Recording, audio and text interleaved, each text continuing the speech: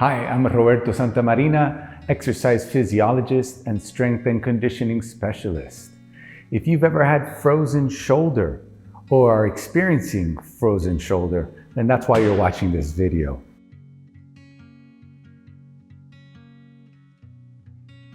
This tool that just fell down is the first thing of a few things that I'm going to show you to get rid of that frozen shoulder and bring some range of motion back to that shoulder the way it's supposed to.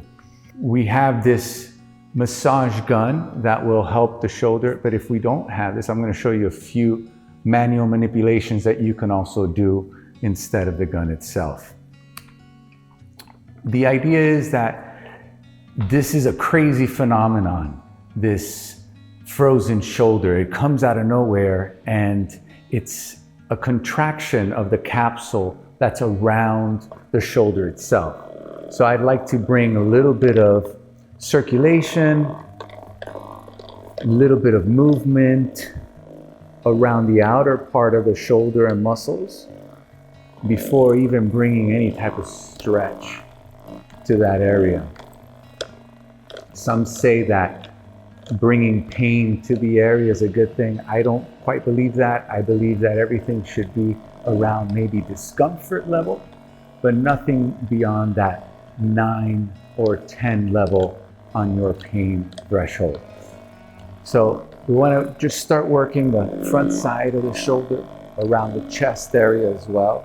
I like to come around the bottom of the arm, closer to the bicep and the chest muscle. Sink around the back into the back muscle, the latissimus dorsi, where you really kind of start working the rear delt, which lies at the back part of the shoulder. If you have somebody at home that can do this for you, it'd be much easier. But everything is possible, so we're here making it possible. And we do this every day for a couple minutes. Okay? A couple minutes are done, and you're ready for the next exercise. Now, if you don't have that type of tool, you can always use your hands, and thumbs are always best when massaging, strongest finger. And you really want to just kind of manipulate the shoulder around the same areas, front part of the shoulder, underneath the shoulder. There's a lot of great pressure points that are going to alleviate and take some tension away from those muscles that are staying contracted and not allowing free range of motion. Okay? The ones around the back, you take your hand, reach around, maybe even assist with the free hand so that you can make it there easier, and knead those fingers into the shoulder, back side of the arm, a little bit of the tricep, okay, and even the lats, the back muscles. Okay. I like thumb, once again, thumb work, up and in. Good. While you're doing any of these exercises or stretches, breathing is essential. So nice deep breaths into the area that you're working, trying to kind of have this healing effect with your breath as you're doing the work, okay? So exercise 1 complete. Now that brings us to the next stretch exercise, which is a back stretch, where you can do this either on the ball itself, on a wall, on a chair. There's no, just not one place that you need to do this.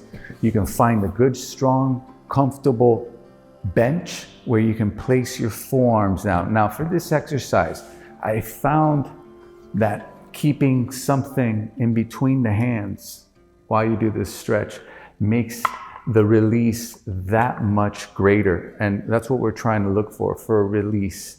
So we would place the elbows either on the wall, on the ball, on the bench, and slowly we work on stretching the distance between the elbows and the rib cage, keeping pressure in at the hands, loosening up the neck, breathing deeply into those lat muscles and releasing tension as you sit back. Everything tolerable, no pain.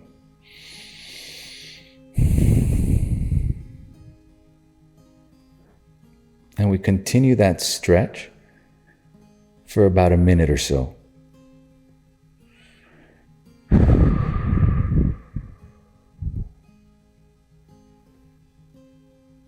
Deep stretch.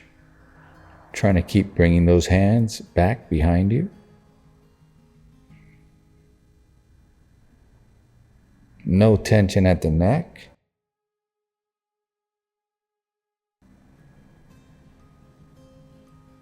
And curl yourself back up.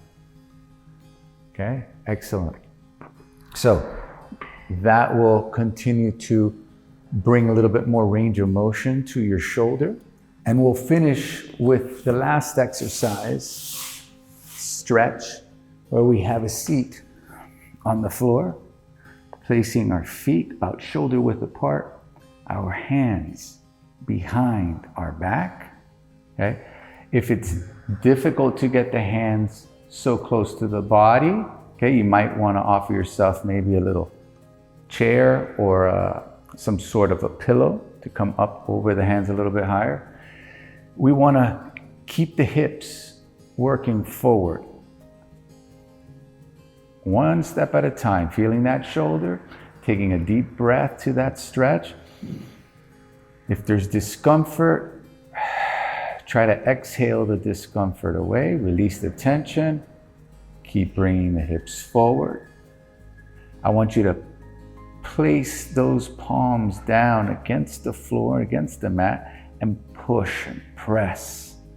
It's creating a contract and relax type of procedure and technique that will allow for extra range of motion around the shoulder as well. Looking forward, take a deep breath. Exhale, look up. Bring the chest up. Discomfort is okay, pain is not. If it's painful, you bring the hips back and you reset. Okay, if not, you just keep going forward with the hips, creating more range of motion at the shoulder, connecting with the breath. One more push, here we go.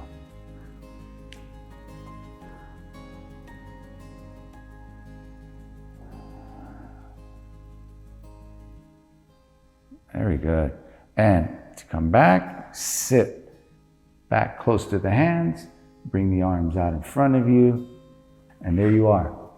So if you want to get rid of this frozen shoulder and be gone for good, then implement these exercises, these techniques and massages on a daily, because that's what your body needs. It needs daily loving, all right? And if you enjoy this content and you want some more, then click on the subscribe button.